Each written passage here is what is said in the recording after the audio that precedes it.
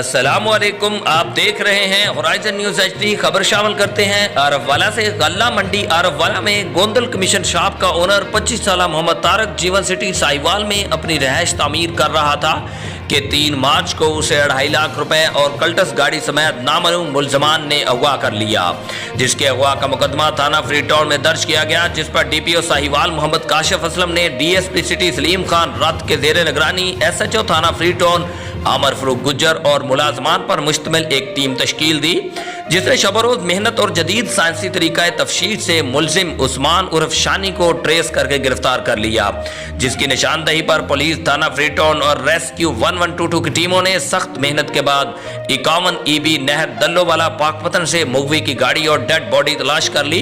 बाकी मुलजमान की तलाश जारी। रिपोर्ट मोहम्मद हमाद रजा, इंचार्ज नुमाइंदगान होराइजन न्यूज HD।